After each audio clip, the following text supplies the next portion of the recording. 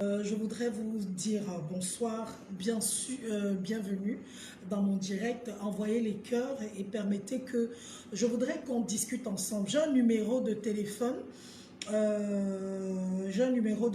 mais ça ne peut qu'être des appels nationaux. Malheureusement, ce n'est pas connecté à Internet pour le WhatsApp. Donc, on ne peut qu'appeler en audio. Donc, ceux qui veulent participer pourront appeler, partager le direct, s'il vous plaît. Je voudrais parler du Boza. Je voudrais donner mon avis sur le Boza et je vais aussi revenir sur l'histoire de l'homosexualité au Cameroun. Pourquoi est-ce qu'on a l'impression que ça va vite? Pourquoi est-ce qu'on a l'impression que l'homosexualité va très très vite dans notre pays? Je vais donner mon avis. J'ai jamais parlé de l'homosexualité, j'ai jamais dit ce que je pense de ça. Et je compte également sur vous pour que vous me donniez votre avis. Donc partagez le direct s'il vous plaît, partagez le direct, je vous en prie. Partagez le direct. Je vais d'abord commencer par le premier sujet qui me tient à cœur. C'est le sujet lié au Boza. Vous avez vu la vidéo de cette compatriote camerounaise qui est morte finalement sur la route, hein, donc sur le désert, en allant se chercher. Je viens de publier là sur mon mur. Partagez le direct s'il vous plaît. Je viens de publier sur mon mur et quelqu'un m'a dit tout à l'heure que je parle du Boza, que je connais quoi sur le Boza, Est-ce que j'ai déjà pris la route? Est-ce que je veux parler comme tous les Camerounais qui aiment entendre que partager, pardon, je ne vois pas les partages. Les Camerounais qui aiment entendre qu'ils connaissent tout, etc.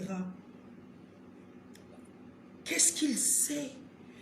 Comment est-ce que les Camerounais sont devenus si bizarres? C'est incroyable.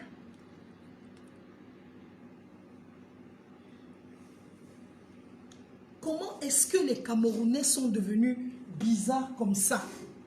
Je ne comprends pas. Je donne le thème.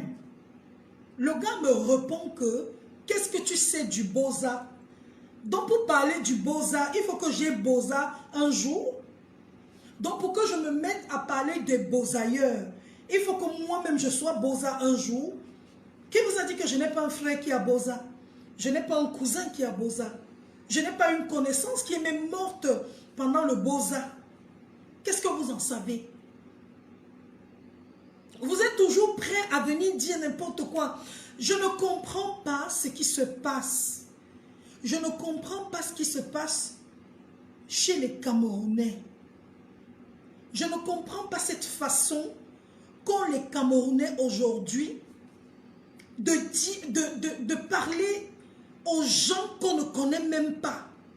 On ne se connaît ni d'Adam ni d'Ève.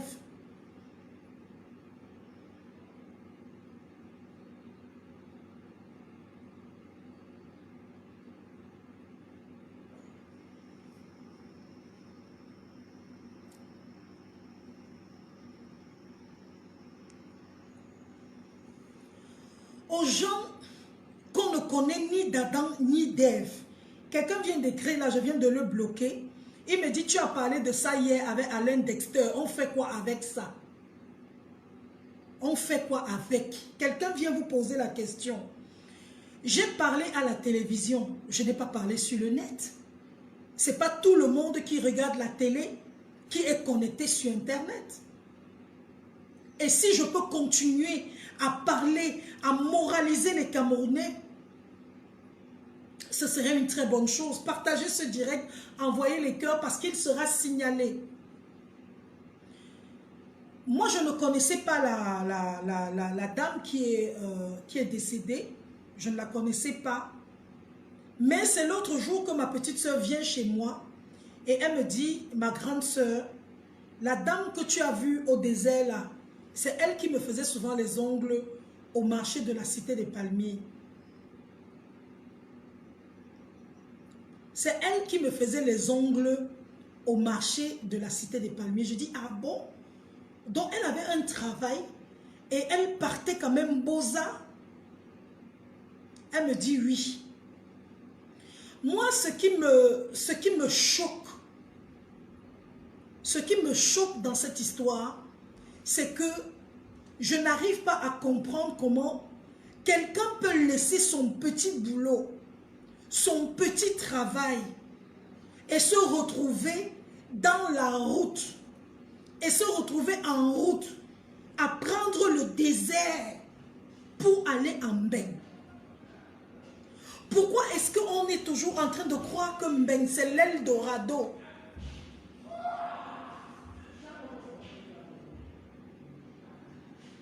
Pourquoi est-ce que les Mbenguistes ne viennent pas nous dire la vérité? Pourquoi est-ce que les Mbenguistes ne viennent pas nous dire la vérité? Pourquoi est-ce que les Mbenguistes ne viennent pas dire la vérité que quand nous, on part en vacances en Mbeng, quand nous, on part en vacances en Mbeng, pour qu'un Mbenguiste te donne même 50 €, 25 €, c'est dur. C'est quand tu arrives en Mbeng que tu comprends que Mbeng n'est pas le paradis.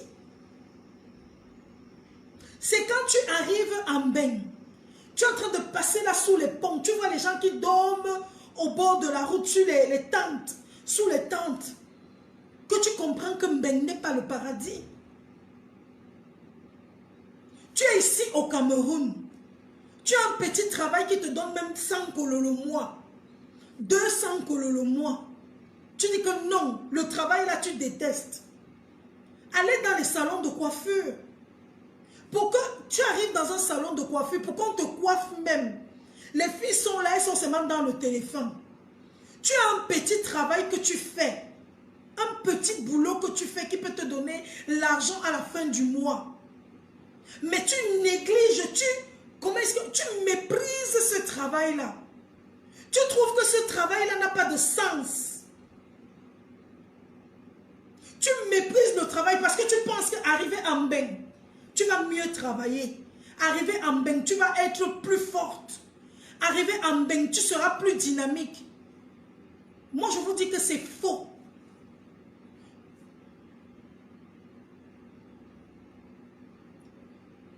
Moi, je dis c'est faux. Tu ne peux pas être paresseux au Cameroun et aller en Mbeng dire que tu seras un travailleur. Ce n'est pas possible.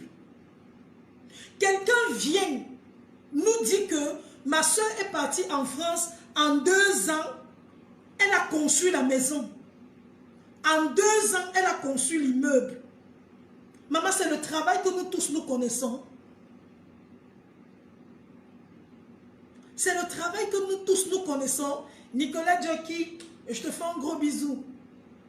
C'est le même travail là que nous connaissons. Je ne crois pas. Je ne crois pas. Les gens font des choses comme les gens font les choses ici au Cameroun. Il y a les gens ici au Cameroun qui n'ont pas eu besoin d'aller en Mbeng pour devenir riches. Il y a des gens ici au Cameroun qui n'ont pas eu besoin d'aller en Mbeng pour devenir riches.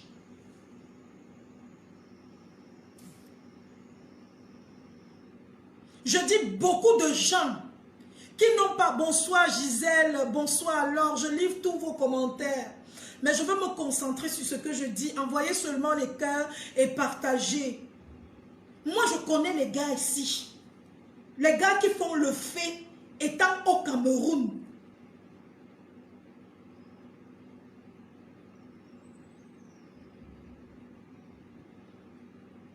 Carla, je ris parce que je n'ai pas pris le poids. Elle est en train de me voir assise. Elle voit ma poitrine. Elle dit que j'ai pris le poids. Voilà mes mains. J'étais debout tout à l'heure. Je peux même me mettre debout tout à l'heure. Vous allez voir si j'ai pris du poids ou pas. Tu regardes la tête de quelqu'un, tu vois la poitrine. Tu penses que la poitrine signifie les seins et le corps, maman. Non. Peut-être que j'ai refait mes seins. Qui sait? Peut-être que j'ai refait mes seins. Et c'est pour ça que c'est gonflé. Mais que les seins soient gros ne signifie pas qu'on a pris du poids. 2 choses différentes. J'étais en train de dire tout à l'heure que il y a les gars que je connais ici. Les gars qui ont acheté des terrains ici au Cameroun sans être allés en Mbeng un jour. Ils ne sont pas... et tout.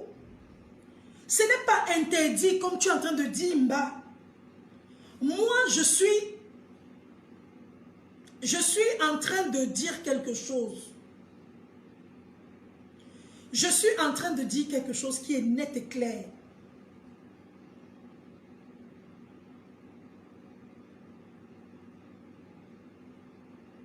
Je suis en train de dire quelque chose qui est net et clair. Et je vais rester là-dessus. Tu ne peux pas, je dis bien, écoutez-moi très bien.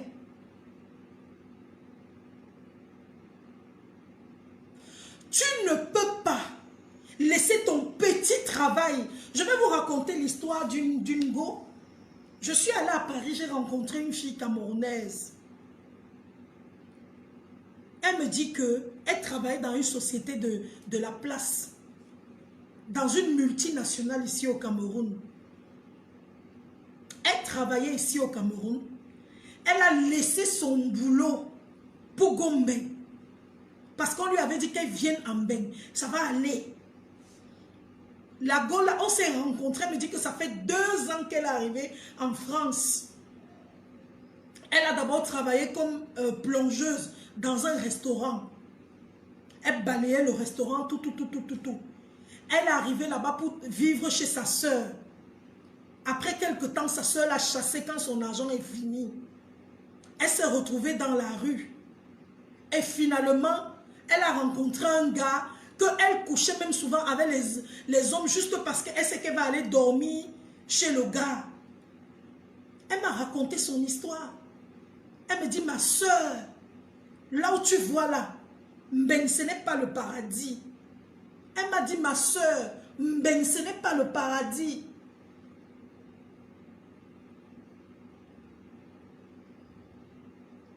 Et je crois qu'elle a raison. Je crois que cette soeur a raison. Mbeng, ce n'est pas le paradis. Elle me dit que je regrette d'avoir laissé mon travail. Si je pouvais revenir et récupérer mon travail. Elle me dit, je ne souffrais pas au Cameroun. Je suis venue ici juste parce qu'on m'a dit que je devais avoir un boulot. Je lui ai dit que ma soeur, comment est-ce que tu pouvais imaginer que toi, tu sors du Cameroun, avec tes diplômes du Cameroun, tu as eu la chance d'avoir un boulot quelque part. Tu crois que là-bas, on va te donner le même poste, alors qu'il y a les Français qui sont plus en chômage. Il y a les Français qui sont de plus en chômage que vous. Tu crois que quand tu vas venir du Cameroun, tu auras quoi comme expérience? Ici, c'est quand même mieux, oui. Paola Mung, vous êtes en train de dire que ici c'est mieux. Mais dans quelles conditions? Parlons peu, parlons mieux. Je suis présentatrice télé. Moi, Solange Béala, ici au Cameroun. Je suis devenue une personnalité des médias au Cameroun. Je décide d'abandonner le Cameroun, d'aller en France. Je vais travailler dans quel média? Répondez-moi. Je vais travailler dans quel média en France? À TF1, à M6, à C8. Je vais travailler où? Je vais me retrouver en train de faire quelque chose que je n'ai pas d'habitude, que je n'ai pas fait au Cameroun. Je vais me retrouver en train de faire une formation pour devenir soit infirmière, soit travailler dans une maison de retraite, soit faire ceci, cela. Je vais me retrouver en train de faire un travail qui n'est pas celui, le travail qui n'est pas celui que je faisais ici au Cameroun. Je vais me retrouver en train de faire quelque chose. Oui, on va me dire que derrière, j'ai l'argent que je gagne à la fin du mois. Tu gagnes quand même tes 1500 €, tu gagnes quand même 2000 € le mois, oui. Mais, je vous dis la vérité, je vais regretter mon travail que j'avais au Cameroun. Peut-être que je ne gagne pas 2000 € comme vous, qui êtes en France. Mais au moins, je fais quelque chose et je ne suis pas malheureuse. Tu laisses ton travail. J'ai appris dans les divers que Lango avait gagné même la cotisation. Ça veut dire qu'elle avait l'argent en main. Elle est quittée. Elle a laissé tout ça pour aller. Elle a laissé tout ça pour prendre le désert. Avant de prendre le désert, moi je vais vous donner le conseil. S'il y a des gens qui ont l'intention de prendre le désert dans ce direct, je vais vous donner un conseil. Avant de prendre le désert, s'il vous plaît, allez d'abord faire les examens. Parce que tu vas prendre le désert, tu es maladif.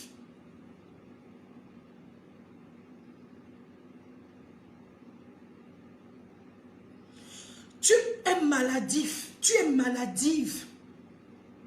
Entre dans le sauna, dans le hammam. Vois si tu peux respirer là-bas. Vois si tu es heureuse là-bas, si tu peux t'en sortir. Parce que le désert chauffe comme dans le sauna. Il y a les gens qui ne font jamais le sauna à cause de la chaleur. Imagine que tu te retrouves dans le désert, dans une situation pareille. Ma soeur, à quoi ça sert? À quoi ça sert? Tu prends la route. Ton corps ne supporte pas la chaleur. Tu n'es même pas sûr d'arriver. Parce qu'avant d'aller là-bas, tu vas perdre au moins 10 kilos. Je dis 10. Avant d'arriver, tu vas perdre au moins même 30 kilos. Tu vas arriver là-bas, tu ne te reconnaîtras plus. Moi, j'ai un de mes beaux-frères qui avait Boza. Quand il quittait du Cameroun, le gars était comme ça. Avant d'arriver là où il est aujourd'hui, dans le pays où il est devenu quelqu'un d'autre. C'est un gars qui a maigri comme ça. Il dit que la souffrance, sincèrement, comment est-ce que les Africains veulent que nous soyons respectés? Si tu veux voyager, tu veux aller en bain, tu veux aller en aventure, va demander le visa. Va demander le visa tout simplement. Avant d'aller en aventure, prends le visa. Il y a les gens qui disent que oh, je suis parti faire le visa, je suis parti demander le visa et tout, on m'a escroqué. Je suis passé par quelqu'un. Vous êtes toujours en train de passer par les gens. Et pourtant,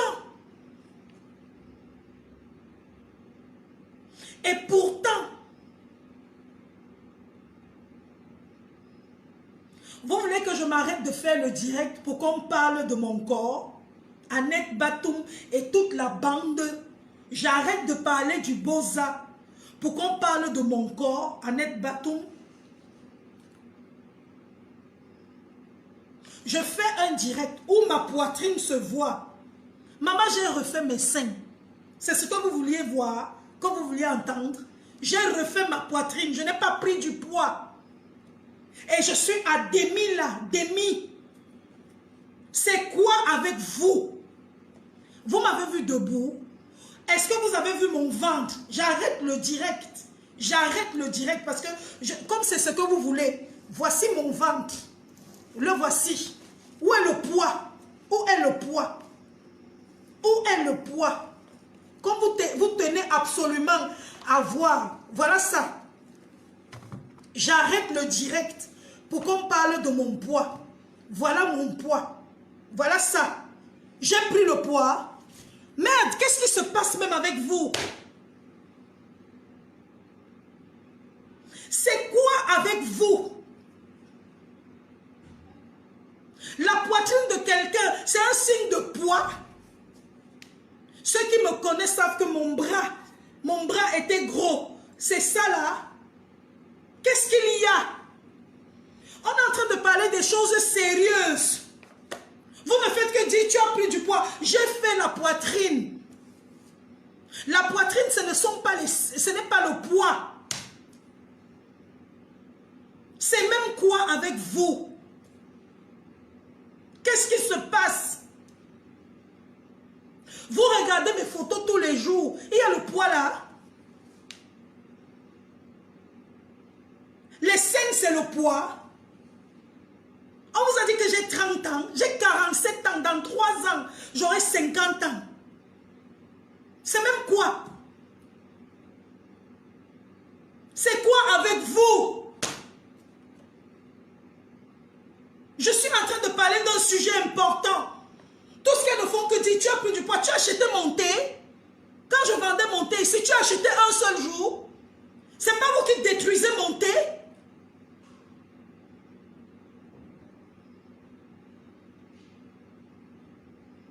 Aujourd'hui, ça devient que je suis en train de parler d'un sujet. Tous les trucs qui ne font que monter. Oh, tu as grossi. Oh, c'est comment avec ton thé. Tu as acheté le thé un jour. Les mamines du marché central. Celles qui viennent passer le temps à demander au marché central combien ça coûte, combien ça coûte. Je vous ai montré mon ventre. Je remonte encore. Voilà ça. Voilà ça. Il n'y a rien. Il n'y a rien. Voilà mon ventre. Il n'y a rien. Maintenant, j'espère que vous êtes calme. Et on peut continuer maintenant le direct. On peut continuer le direct.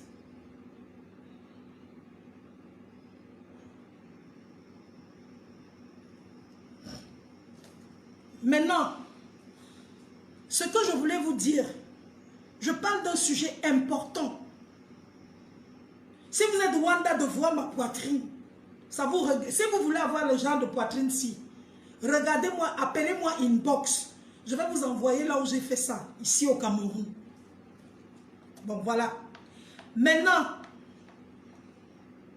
j'étais juste en train... Non, c'est important, ma chérie. C'est important de parfois se justifier. C'est important de parfois dire quelque chose.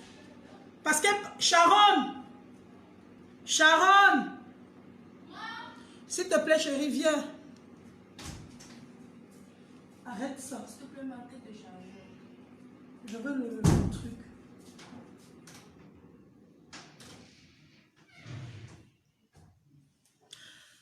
Donc, voilà, j'espère que vous êtes calme maintenant. J'ai mis la gaine, c'est le top à l'aise, c'est le top.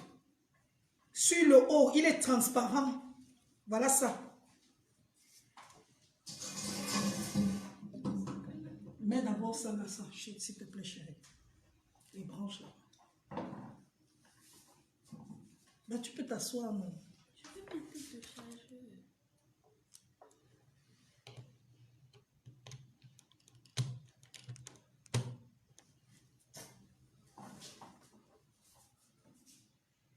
Attends, juste une petite seconde, j'en ai pour 15 minutes. Pardon. Et ça, il n'y a plus rien dedans. Essaye un peu.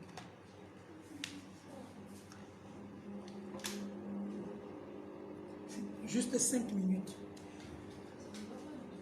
Donc, je reviens sur l'essentiel de mon direct. J'étais en train de dire que il est important. Majumboum Alex me dit. Donc, j'étais en train de dire que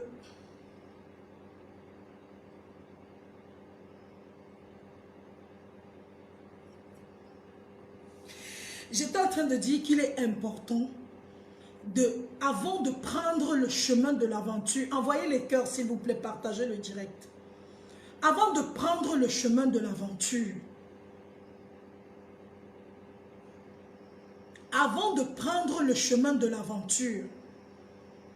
s'il vous plaît, avant de prendre le chemin de l'aventure, allez dans les consulats, allez dans les ambassades.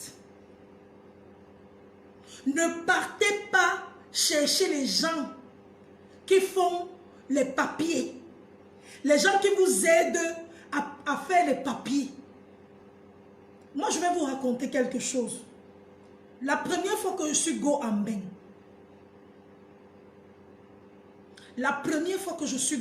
je voudrais vous le dire, raconter. Je suis allé sur le site visa.fr, .gouvernement.fr de la France. Je suis allé sur le site là. J'ai rempli moi-même seul Solange Beyala, sans demander à quelqu'un. Natacha, c'est ce que je suis en train de raconter. J'ai rempli moi-même mon truc. Tout ce qu'ils ont demandé, j'ai fait. Je dis bien seul, sans avoir la main d'eux, le pied d'eux. Je suis allée déposer. Les gens m'ont dit que on ne donne pas le visa pour la France. J'étais déjà là en Italie. Je suis allée, j'ai déposé mon dossier. On m'a donné rendez-vous 2 jours après. 2 jours après, je suis venue. On m'a seulement dit que signer ici. On m'a donné mon visa. Je suis go. Une première fois, une deuxième fois, une troisième fois. Les histoires de que je passe par les gars qui connaissent les tuyaux, partagez le direct s'il vous plaît. Je connais les gars qui ont les tuyaux. Je connais les gars, parce que les gars là eux-mêmes, ce que vous ne savez pas, c'est que les consuls, les ambassadeurs de l'Union européenne là, ils se connaissent tous. Il n'y a pas le jeu là-bas. Même les gars qui prennent vos dossiers, c'est le frottambo. C'est la loterie. Ils ne savent même pas. Ils ne savent même pas si votre dossier qu'on va donner va arriver. Et avant de Gombe, tu vois que tu as essayé une première fois, ça n'a pas marché. Laisse. Je vous dis qu'il y a des gars ici au Cameroun. Les gars ici au Cameroun. Les gens ici au Cameroun qui sont riches sans avoir voyagé. Et il y en a ici qui sont riches sans avoir voyagé.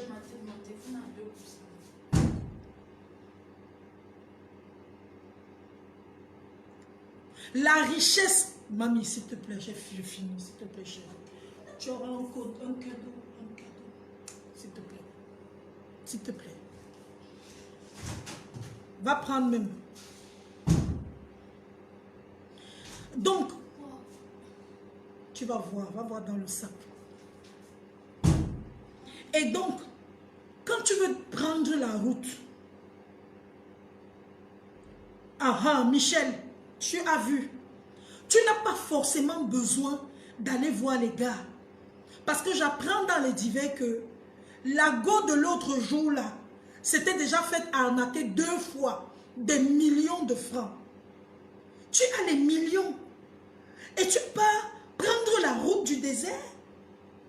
Laissons même ça. Allons au Koweït, allons au Liban. Allons au Koweït, allons au Liban. On a vu tous les Camerounais. On a vu les images des Noirs. Comment on les tape. Comment les filles sont esclaves. Comment les filles appellent pour dire que les gens appellent là-bas pour dire qu'on est malheureux. S'il vous plaît, Camerounais, gouvernement camerounais, venez nous sortir d'ici. Mais chaque jour, les gens s'en vont. Parfois, on a l'impression que ce qu'on dit n'a pas de sens. Qu'est-ce qui va empêcher aux gens de Boza? Quand je me souviens qu'on a interviewé les gens qui ont dit que les filles sont même utilisées comme des esclaves sexuels là-bas. D'autres sont utilisées comme des... Pourquoi on s'en va là-bas? Est-ce que votre vie n'a pas de force? Est-ce que vous trouvez que votre vie n'a pas de sens? Qu'est-ce qui se passe chez les Camerounais? Moi, je suis maman d'enfants.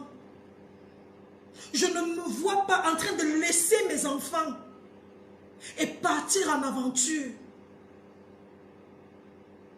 Comment comprendre tous ces benguistes qui rentrent au Cameroun et qui viennent investir au Cameroun? Comment comprendre? Je connais au moins 50 Camerounais et Camerounaises qui vivaient en bain. Tu as pris? Qui vivaient en bain. Qui ont laissé la France, qui ont laissé l'Angleterre et qui sont venus s'installer ici au Cameroun. Qui ont créé leur petit business. Si tu leur dis encore que rentre en bain, et pourtant on ne les a pas renvoyés, on ne les a pas rapatriés. Ils nous disent que moi je ne peux plus jamais mettre mes pieds en bain. Je préfère rester au Cameroun. J'en connais. Il te dit que ben, c'est trop. Je connais une qui était au Cameroun, elle est arrivée au Cameroun je l'ai vue au Cameroun il y a 3 mois. Dernièrement, je suis sortie la nuit. Je l'ai rencontrée dans l'ange de la place. Je lui demande c'est comment. Elle me dit je suis revenue. Je dis tu es venue quand? Elle dit que je suis arrivée avant-hier. Je dis qu'elle qui est ma soeur. Elle dit que non maman je suis en train de m'installer. Moi je ne veux plus aller en bain. Je ne suis plus allée en bain. Elle parlait de ça genre. Pourtant, elle est en France depuis 20 ans. Elle m'a dit que le pays là me dépasse, ma soeur. Le pays là me dépasse. Pendant que les autres sont en train de revenir au Cameroun pour investir, les autres pensent que le mieux c'est de sortir du Cameroun. Je voudrais juste, avec ce direct, j'espère que les uns et les autres m'écouteront. Je voudrais juste, avec ce direct, dire que Abek,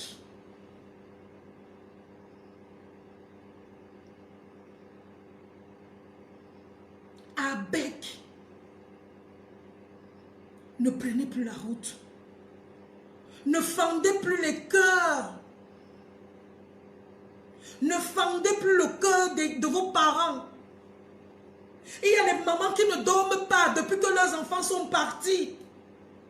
Il y a d'autres qui sont morts, qui n'ont pas eu la chance d'avoir l'exposition de la jeune Isabelle là.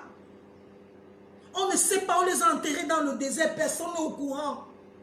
Même le corps, on ne voit pas. Je vous en prie, pensez à vos enfants. Le Boza n'est pas bien.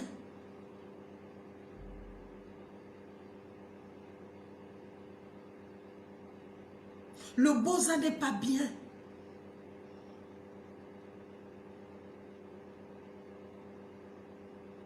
Je voudrais maintenant, en deuxième partie, parler de l'homosexualité qui est en train de prendre une grosse ampleur au Cameroun.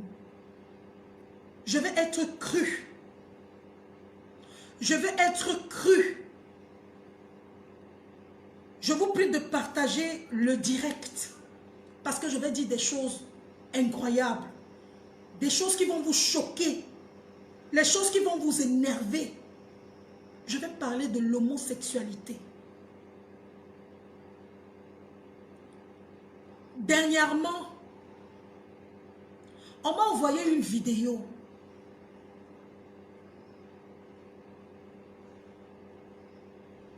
On m'a envoyé une vidéo de 2 hommes qui étaient en train de se faire dans une église.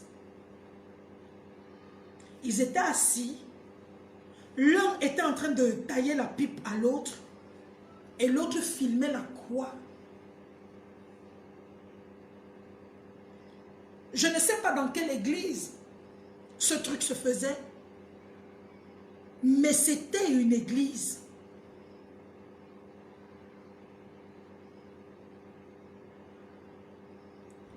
Ça m'a choqué.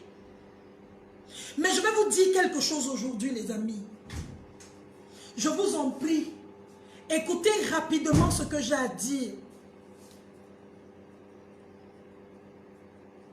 Qu'on le veuille ou pas, mamie, ferme la porte, s'il te plaît. De l'autre côté. Celle-là. Qu'on le veuille ou pas. Qu'on monte, on descende.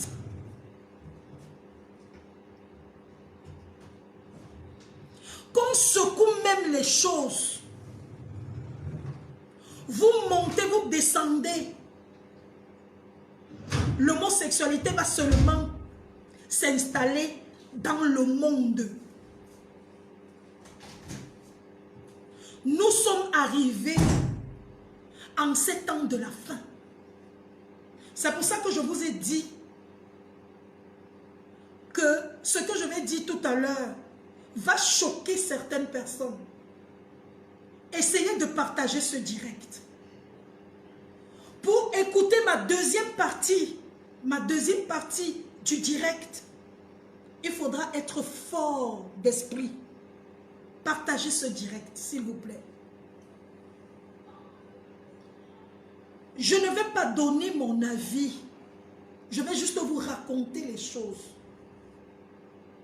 Je connais une femme ici au Cameroun. Partagez le direct, s'il vous plaît. Envoyez les cœurs. Sauvez notre direct, s'il vous plaît. Une femme que je connais particulièrement. Elle soupçonnait son mari d'infidélité. Merci Clara. Elle a commencé à filer son mari. Elle n'attrapait jamais son mari. Elle a payé un bensikineur. Elle a demandé au bensikineur de suivre son mari. Le bensikineur l'a lui rapporté chaque jour, ce qu'il entendait, ce qu'il voyait. Un jour, le bensikineur vient pour lui dire, Madame, votre mari part à l'hôtel tel, chaque jour, il a rendez-vous là-bas vers 15h30, 16h. Ce n'était pas un grand hôtel. Ce n'était pas un hôtel de luxe. Elle est entrée à l'hôtel là. Peut-être après, elle a réfléchi. Elle a dit, je vais attraper mon mari. Elle est arrivée, elle s'est présentée, elle a donné sa carte d'identité. Et on a vu que le nom qui était figuré sur la carte d'identité était le nom du client. Les gens de l'hôtel n'ont pas imaginé, parce que le monsieur venait tout le temps à l'hôtel, donc ils n'ont pas imaginé, ils se sont dit, ah c'est sa femme, et on l'a laissé monter. Elle est arrivée, on lui a donné la chambre de son mari. Elle est arrivée, elle a poussé la porte. La porte n'était pas totalement fermée. Elle était poussée, mais elle n'avait pas fermé à l'intérieur. Elle est entrée. Elle dit que la scène qu'elle a vue, ce n'est pas une histoire qu'on m'a dit. Ce n'est pas une histoire que j'ai eu dire. C'est la concernée qui m'a raconté son histoire. Elle dit qu'elle a trouvé son mari en plein débat sexuel et c'était lui qui encaissait. Elle dit qu'elle n'a jamais entendu son mari crier de plaisir et de bonheur comme le jour-là. Elle est tombée à l'instant. Elle s'est retrouvée à l'hôpital. Elle s'est réveillée peut-être quelques jours plus tard. Et elle était déjà paralysée d'un côté. Elle a eu une attaque d'AVC. Elle a quitté son mari. Ils se sont séparés. Elle dit qu'elle n'a jamais dit à personne pourquoi son mari et elle se sont séparés. Elle n'a pas raconté à la famille. Et c'est son mari qui lui a accordé rapidement le divorce et qui lui a donné beaucoup d'argent. Parce que son mari avait l'argent. Cette histoire m'a été racontée il y a plus de 5 ans. C'est-à-dire l'homosexualité n'était pas encore comme aujourd'hui. Je me souviens avoir fait une émission sur l'homosexualité à STV. J'avais reçu Maître Alice Com et Feu Pauline Poincier Maïnga. Elles ont failli bagarrer sur le plateau. L'émission s'appelait Toi et moi. C'était en 2012. C'était à la suite de l'émission que la dame m'a écrit et on s'est retrouvés et elle m'a raconté son histoire. L'homosexualité est au Cameroun, comme vous ne pouvez même pas imaginer. Les homosexuels, ce n'est pas Shakiro. Non. Lui au moins, ça se voit, c'est un efféminé.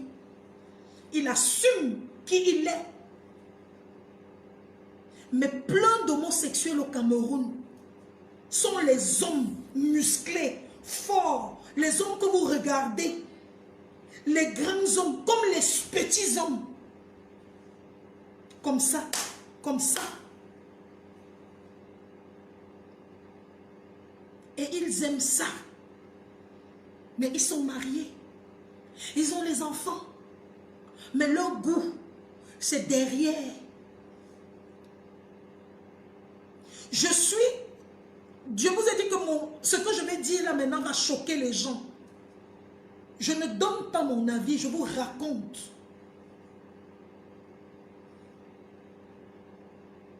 On arrête Shakiro, on le met en prison.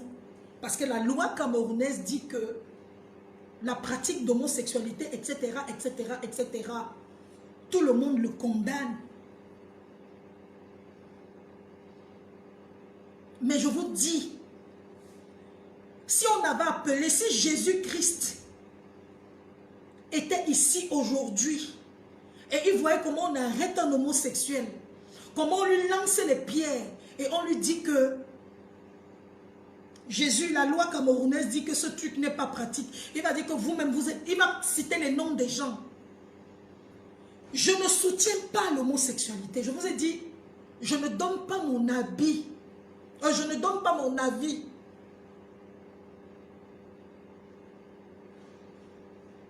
Je vous raconte les choses.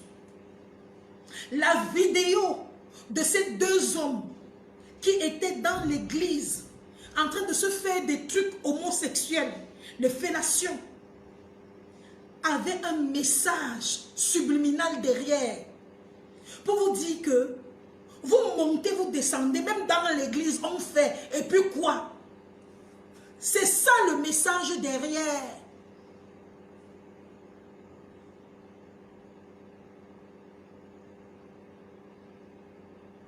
Même à l'église,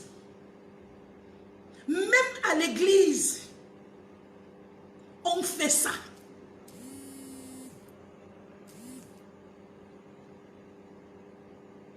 Une façon de vous dire que l'homosexualité, vous montez, vous descendez, ça va seulement être là. Vous acceptez ou bien vous n'acceptez pas. Nous acceptons ou nous n'acceptons pas. Ça sera seulement là. Nous sommes en train de vivre les temps de la fin. C'est écrit dans la Bible.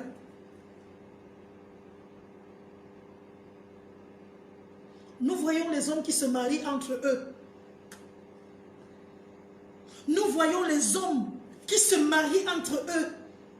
Alors que les femmes, il y a des femmes ici dehors qui n'ont jamais eu une demande de mariage. Il y a les hommes ici dehors qui changent les maris. Les hommes qui changent les maris. C'est grave. Pour ceux qui lisent la Bible, à Sodome et Gomorrhe, quand les anges étaient venus dans la maison de Lot, les anges sont comme les hommes. Ils sont arrivés chez Lot. Ils ont dit à Lot, sors-nous les deux hommes qui sont chez toi là. Nous, on veut se marier avec eux. Ils ont utilisé le mot biblique. On veut les connaître. Je ne peux pas, j'ai deux filles vierges. Ici, je vous les donne. faites avec elles ce que vous voulez. Les gars disent que non, nous on ne veut pas les filles là, nous on veut les deux hommes. Ça veut dire que le goût du derrière dépasse le goût du devant.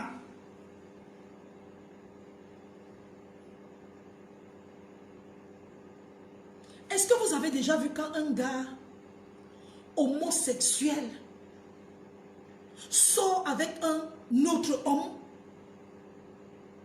Il gâte cet homme plus qu'il gâte les filles.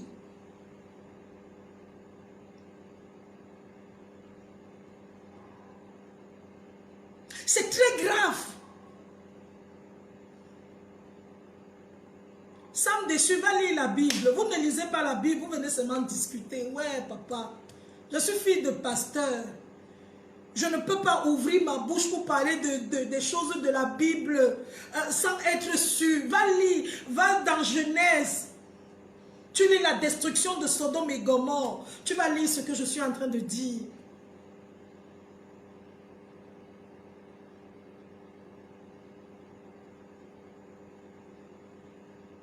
Vous entendez comment quelqu'un dit que non, c'est la maîtresse, ils sont avec tel type, tel grand monsieur.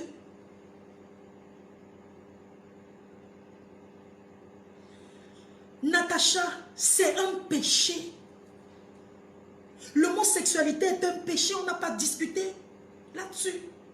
L'homosexualité est un péché, tout comme l'adultère, la fornication, comme le mensonge, comme la convoitise, comme l'hypocrisie, comme tous les autres péchés. C'est un péché. La Bible dit dehors les adultérants, les fornicateurs, les efféminés.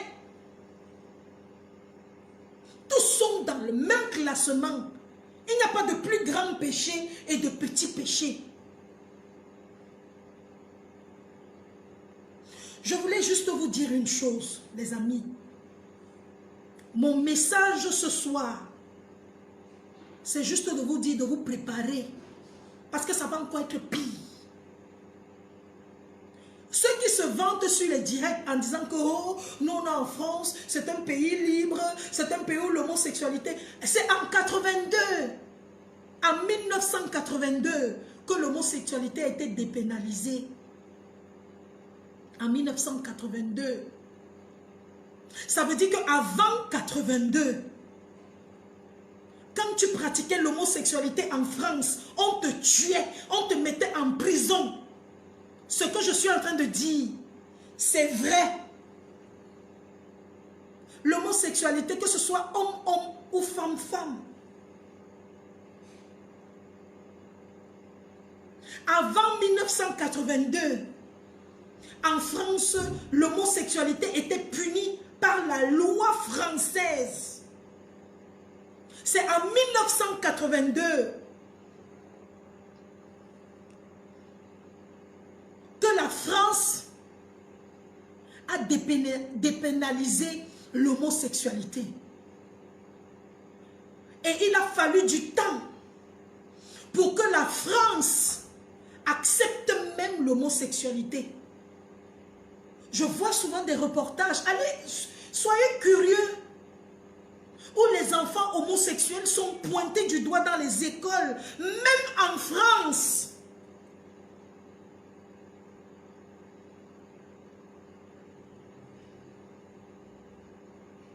Je dis bien même en France. La seule chose aujourd'hui qui fait que les homosexuels deviennent grands, c'est tout simplement parce que les homosexuels ont un réseau. C'est eux qui commandent. Vous allez voir dans la mode, c'est les homosexuels. Dolce Gabbana, homosexuels. Tous les grands stylistes homosexuels, pour la plupart. Les créateurs homosexuels. Les grands de ce monde-ci sont homosexuels. Du coup, les gars ont créé une sorte de... attends chérie, s'il te plaît, je finis. Je suis à moins, je te promets, si tu veux, assieds-toi. Tu vas voir dans 10 minutes. Les grands de ce monde sont homosexuels et ils ont créé une sorte de ligue. Aujourd'hui, ils ont ce qu'on appelle LGBT. Pour être admis même dans certains trucs, il faut que tu avoues que tu soutiens les LGBT. Ah oui, oui, oui. Et ils ont pris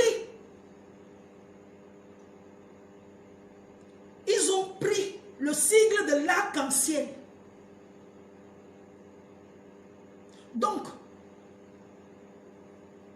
juste pour vous dire que l'homosexualité, vous montez, vous descendez, oh, ça sera là. Ce message, c'est juste pour dire,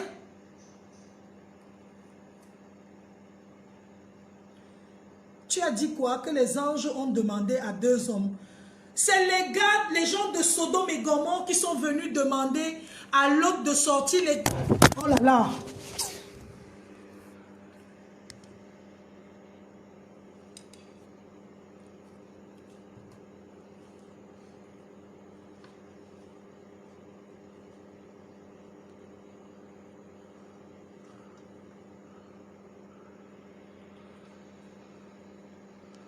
À la fin, vous me fatiguez, hein?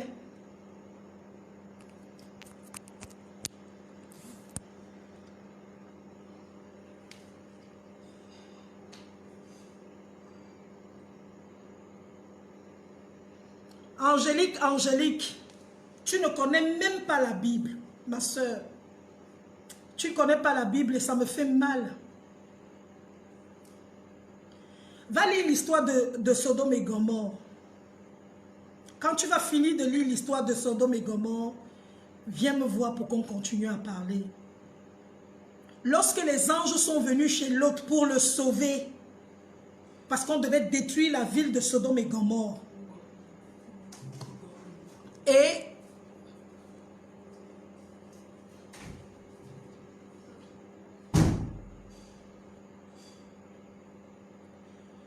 Abraham avait plaidé pour son neveu qui était Lot.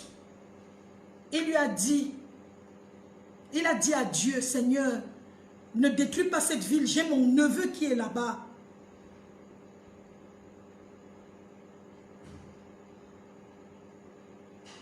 Il a donc envoyé 2 anges dans la maison de Lot.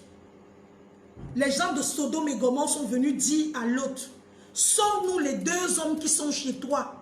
Nous voulons les connaître. Connaître, c'est coucher avec, c'est niasse, c'est baiser, c'est cotopi. L'autre a dit non. Je vous donne plutôt mes 2 filles vierges que j'ai dans la maison. Les gars ont dit que non, nous on ne veut pas les filles. Nous on veut les 2 hommes là. C'était juste une parenthèse. Lisez la Bible, s'il vous plaît. C'est le plus grand livre qui existe au monde. Je voulais juste vous dire, préparez-vous quand l'homosexualité... Bonsoir Hermine King. L'homosexualité est là. Elle est là. Et nous allons seulement accepter. Si en France, c'est en 1982 que ça a été dépénalisé, sachez qu'au Cameroun, ça sera dépénalisé. On monte ou on descend, ça sera dépénalisé un jour. Parce qu'aujourd'hui, le monde, c'est un village planétaire.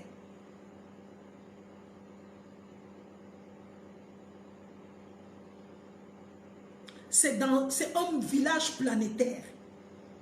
On va seulement faire avec. Non seulement on va faire avec.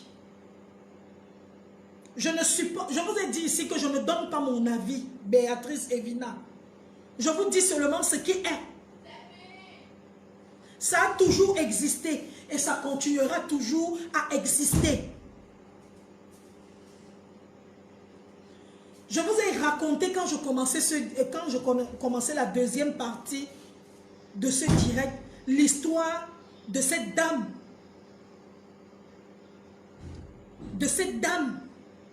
Qui a rencontré malheureusement son mari en pleine action avec un autre homme. Préparez-vous seulement. Malheureusement, préparez-vous. Préparez-vous. Parce que malheureusement, c'est déjà là. Tout ce que je vais dire, c'est que je prône la tolérance. C'est tout. Merci, Duchesse. Je prône la tolérance. C'est contre nature. Apprenez, parlez à vos enfants. Soyez seulement tolérants. Parce qu'il y a beaucoup de gens, malheureusement, dans notre pays, ici, qui tapent les homosexuels, qui insultent les homosexuels, mais qui pratiquent ça dans le noir. Malheureusement, l'homosexualité est là. On a vu les homosexuels qui sont venus au Cameroun dernièrement. On a tout dit. Ils sont d'un village qui n'est pas loin de mon village, à Konolinga.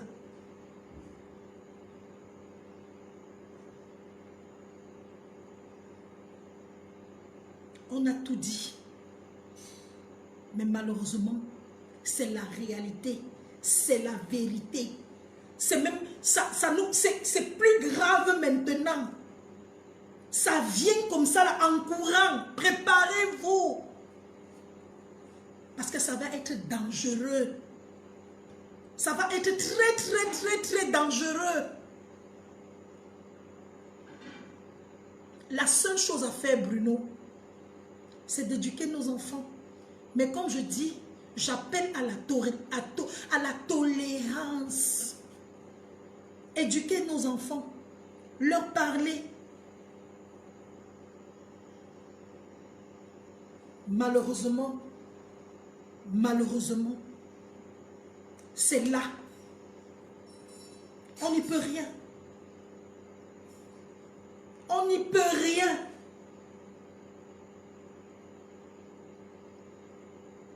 Même s'il fallait brûler tous les homosexuels de la terre, ils reviendront toujours. La tolérance. Apprêtez-vous en Afrique, parce que ça sera plus grave. Vous savez que quand les choses arrivent en Afrique, ça devient plus dangereux qu'ailleurs. On n'a pas dit qu'il ne faut pas accepter, ou bien qu'il faut accepter. Mais tout ce qu'on vous demande aujourd'hui, c'est d'être préparé. Préparez-vous, tout simplement.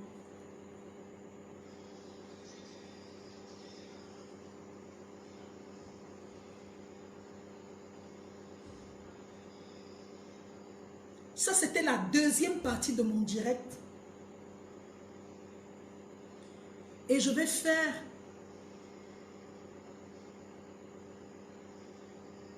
la troisième partie de mon direct. Concerne justement l'éducation de nos enfants. On a vu ce qui s'est passé avec Ténor et la jeune Erika, paix à son âme, la jeune qui est partie dernièrement.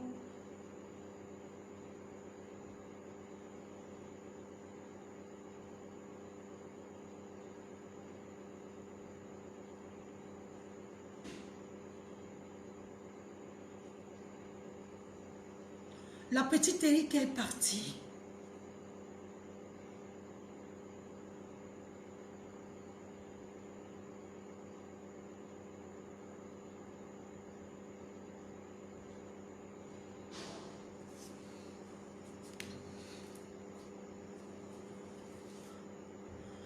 Dieu Jésus est Seigneur.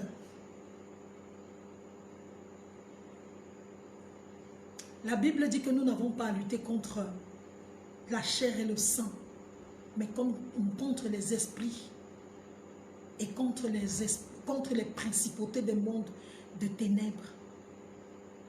En tuant un homosexuel, tu as lutté contre quoi?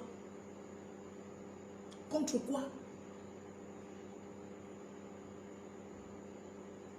Je n'ai jamais dit que j'adhérais, mais je vous pose la question.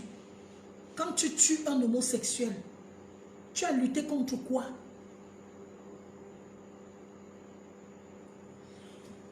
Maintenant, Rose et Zimbi, je n'ai jamais dit que pour moi c'est normal.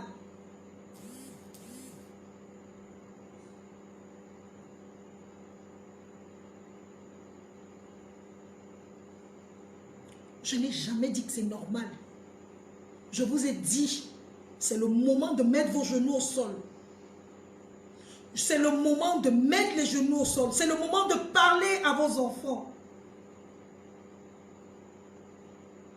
C'est le moment d'éduquer vos enfants. C'est la seule chose que je vous demande. C'est tout. Que vous le vouliez ou pas. Que vous le vouliez ou pas. Béatrice Evina, tu ne vas pas me faire dire ce que toi tu penses.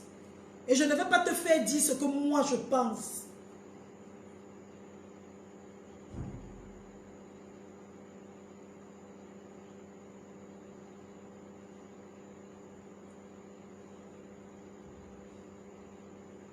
Je vous le dis.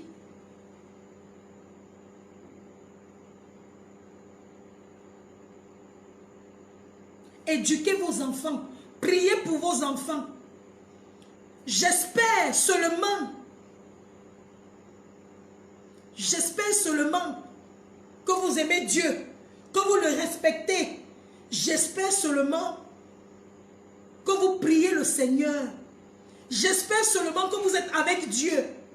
Parce qu'il ne faut pas que quand il s'agit seulement de l'homosexualité, que vous vous levez pour dire que, oh Dieu, Dieu, Dieu. Dieu ne ment pas, ne vole pas, ne commet pas l'adultère, ne commet pas la fornication. Les petites choses.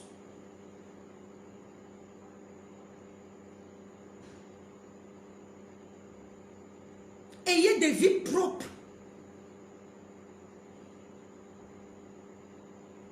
Ayez des vies propres.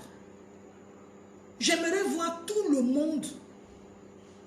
Quand j'ai parlé de la tolérance, ça veut tout simplement dire que, vous savez ce que veut dire tolérant? Vous savez ce que veut dire tolérant? La Bible parle de la tolérance. La Bible dit que l'amour est tolérant, l'amour est patient, l'amour supporte tout, croit tout, accepte tout. Moi, j'ai la position de l'amour. C'est tout. Si vous voulez ma position, c'est la position de l'amour, point barre. Je m'arrête là et je vais parler maintenant du cas de Ténor. Vous pouvez continuer à faire vos commentaires, aller faire vos directs aussi de votre côté et dire vos choses. Moi, pour le moment là, je parle maintenant du cas de Ténor.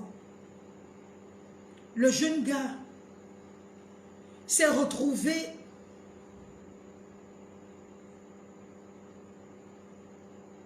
en prison après ce qui est arrivé dernièrement.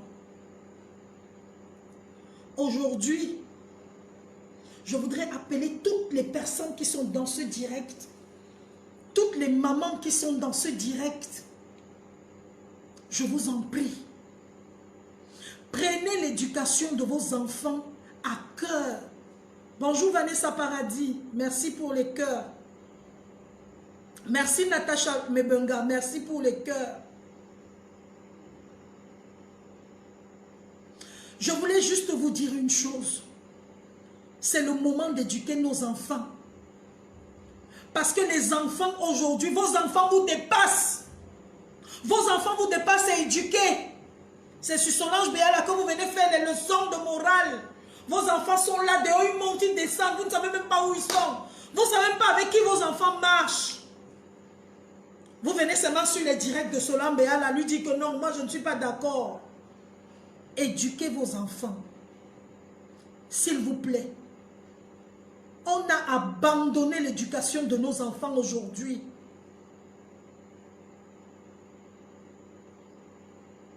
On a abandonné l'éducation de nos enfants aujourd'hui.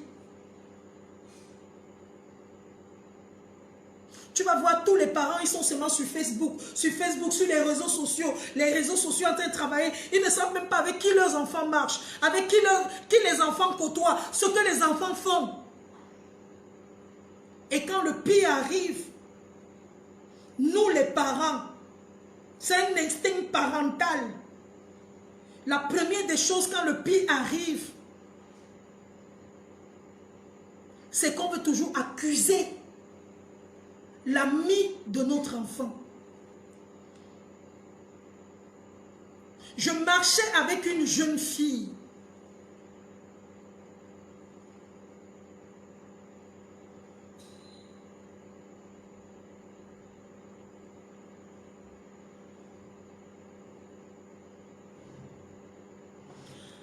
Je marchais avec une jeune fille qui était ma camarade de classe.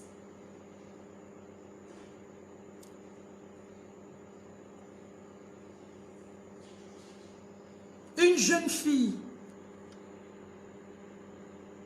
qui était ma camarade de classe.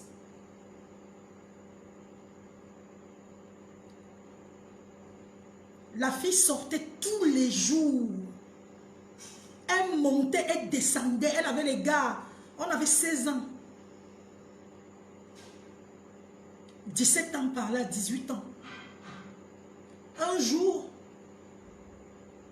la jeune fille a attrapé une maladie et elle en est morte.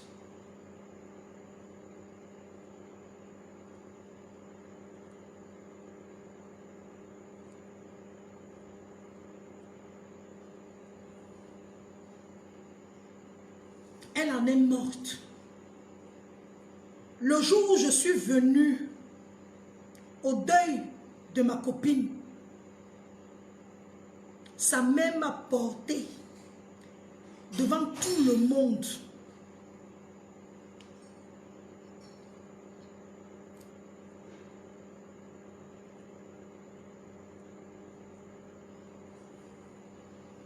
Elle m'a insulté. Elle a dit que c'est moi qui entraînais sa fille, que je savais entraîner sa fille et je savais me protéger.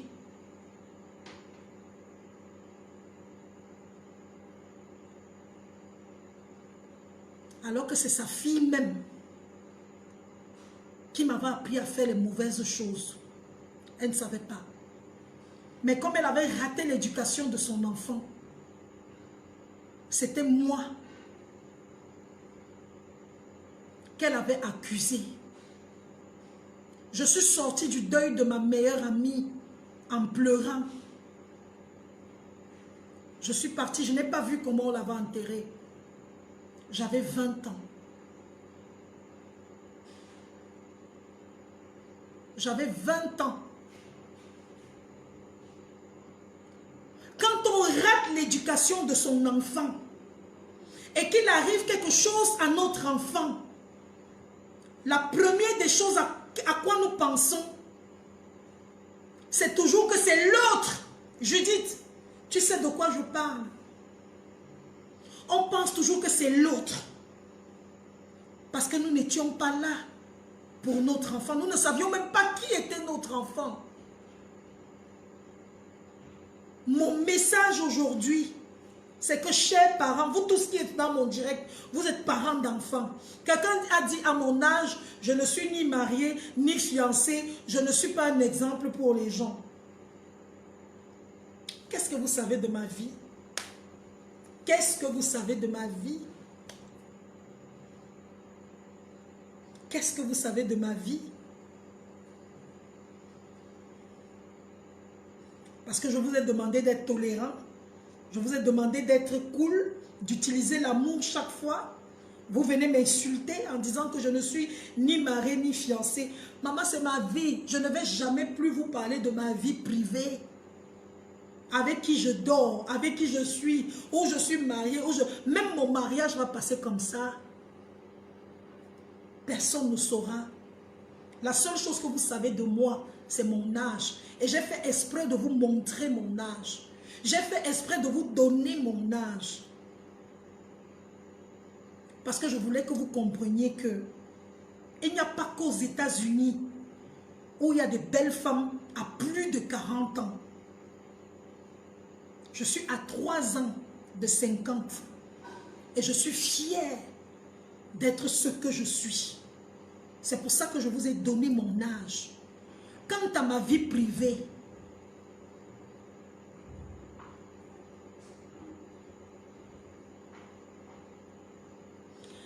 Stéphane Lang, je m'en fous de toi et je vais même d'ailleurs te bloquer. Je ne te veux pas chez moi. Je faisais les 500, voire les 800 abonnés. Ça te regarde. Allez ailleurs. Allez ailleurs. Vous avez plein d'influenceurs qui ne vous disent rien de bon, mais vous êtes là-bas. C'est comment?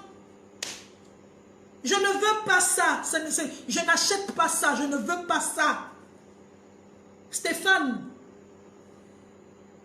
à la télévision où je travaille, quand je fais mon émission, je n'ai pas 800 téléspectateurs. J'ai des millions de téléspectateurs que tu ne verras jamais sur Internet. Donc moi, je ne cherche pas ça. Parce que ça fait 15 ans que je fais la télé, 15 années.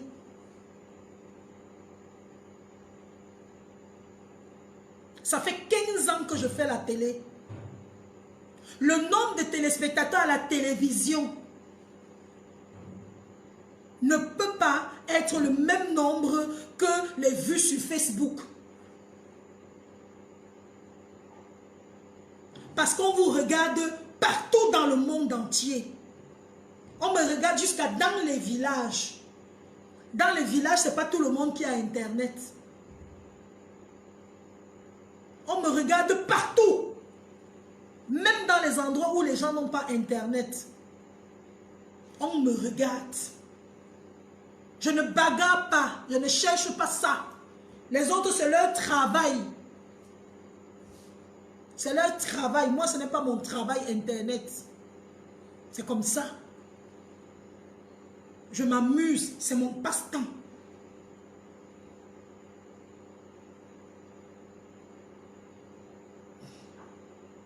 Je voulais juste terminer mon direct en disant à tous les parents que nous sommes, que vous êtes, de bien éduquer les enfants. Donnez une bonne éducation à vos enfants, s'il vous plaît. Donnez une bonne éducation à vos enfants. Je vous en prie.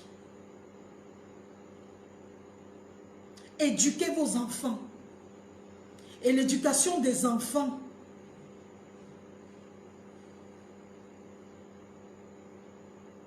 c'est la crainte de l'Éternel. La crainte de l'Éternel est le commencement de la sagesse. La crainte de l'Éternel est le commencement de la sagesse. La seule sagesse qu'un être humain peut avoir, elle ne vient que quand tu crains l'Éternel. Craindre l'Éternel, c'est mettre sa parole en pratique. C'est respecter les 10 commandements de la Bible. Les 10 commandements de la Bible, c'est les respecter. C'est de ne pas juger les gens. De ne pas venir sur Internet et insulter les gens. Parce que tout ça, c'est des péchés. Aujourd'hui, ce que je vais vous dire, dans le Proverbe, on dit, éduque l'enfant dans la crainte de l'Éternel, pour que quand il soit grand, il ne s'en détourne pas.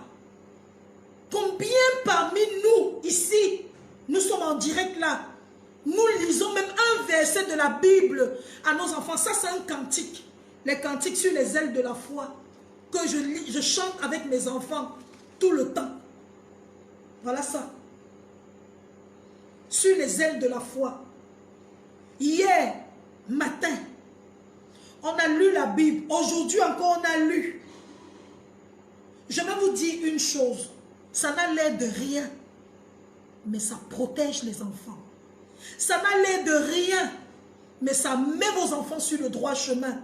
Ça fait que lorsque l'enfant va grandir, il se rappellera toujours que ma mère m'avait dit, mon père m'avait dit, un jour,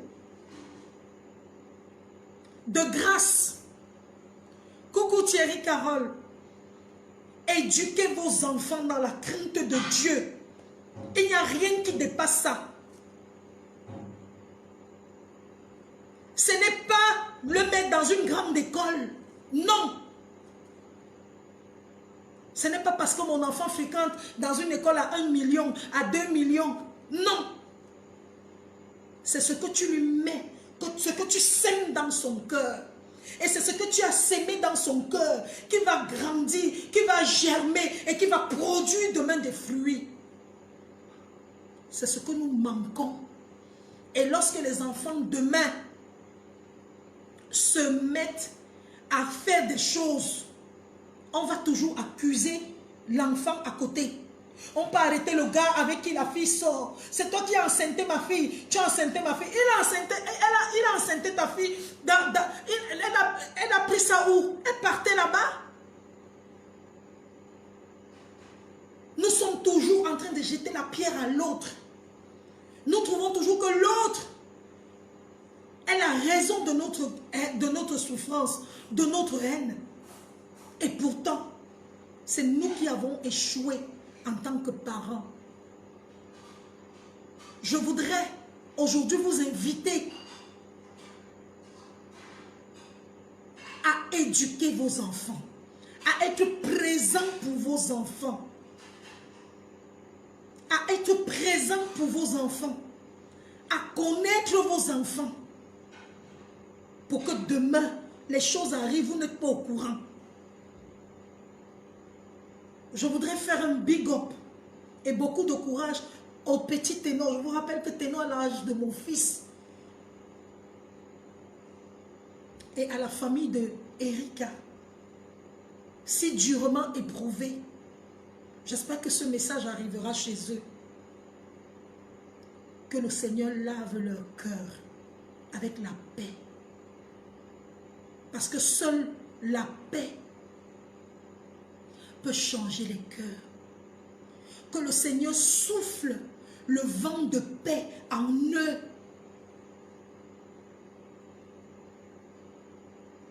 Pour qu'ils soient calmes. Parce que ça fait mal de perdre quelqu'un. Moi, quand j'ai perdu mon père, à l'âge de 13 ans, j'avais l'impression que le monde s'écroulait sur ma tête. J'avais l'impression que tout était perdu. Je détestais tout le monde. Je haïssais tout le monde. Mais avec le temps, j'ai compris que c'était la grâce, que c'était la volonté de Dieu. Et que Dieu derrière n'allait pas m'abandonner. Aujourd'hui, je remercie tous les jours le Seigneur d'avoir pris soin de moi. Et je remercie tous les jours mon Père dans mon cœur de ce qu'il m'a donné. Même comme il est mort tôt, il m'a quand même laissé un très grand héritage. C'est ça, la crainte de l'Éternel. C'est la seule chose que nous pouvons laisser à nos enfants. Nous allons laisser l'argent, les maisons, c'est bien beau. Mais s'il n'y a pas la crainte de l'Éternel, tout ça, ça ne sert à rien. La crainte de l'Éternel, c'est le commencement de la sagesse. La sagesse. Je n'ai pas parlé de l'intelligence. Je parle ici de la sagesse. Quand tu as la crainte de l'Éternel, il y a les mots qui ne sortent pas de ta bouche. Quand tu as la crainte de l'Éternel, il y a les comportements que tu n'as pas. Quand tu as la crainte de l'Éternel, d'après le psaume 1, heureux l'homme qui ne s'assoit pas en compagnie des moqueurs, mais qui prend grâce dans la lecture de la parole de l'Éternel. Il est comme un arbre planté près d'un courant d'eau. qui donne le fruit en son temps. Tout ce qu'il fait, lui réussit. C'est dans la Bible, hein? Ce n'est pas le film. Celui-là m'a dit que je faisais les directs avant et tout, et tout, et tout. Personne ne fait les directs comme moi où il parle du Seigneur Jésus. Personne. Remarquez, le monde a diminué dès que j'ai commencé à parler de Dieu. Parce que c'est ça, malheureusement.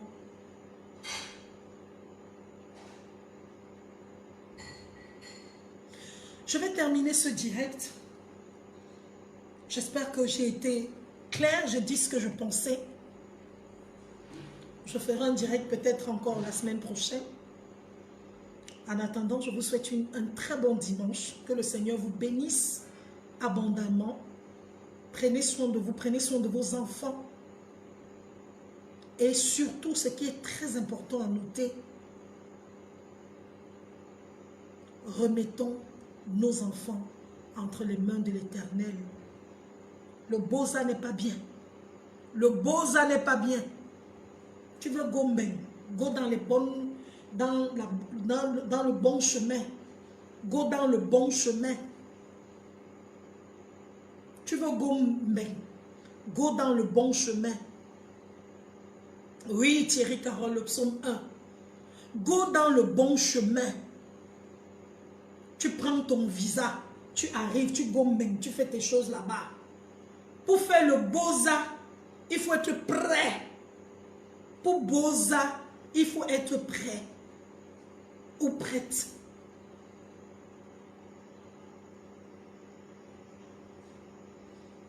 Julien Bellec, je n'ai pas envie de te dire, les gros mots ici dehors, mais je vais te dire une chose. Va te faire foutre. C'est comme ça que Wapso a commencé.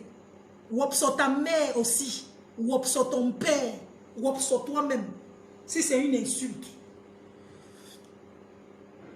On va se retrouver la semaine prochaine. On parlera encore de très belles choses. D'ici là, je vous aime. On parlera des pères irresponsables très bientôt. Ne vous en faites pas. J'en ai même déjà fait. J'ai déjà fait plein de directs avec les pères irresponsables. Allez, bye bye. Dieu vous bénisse.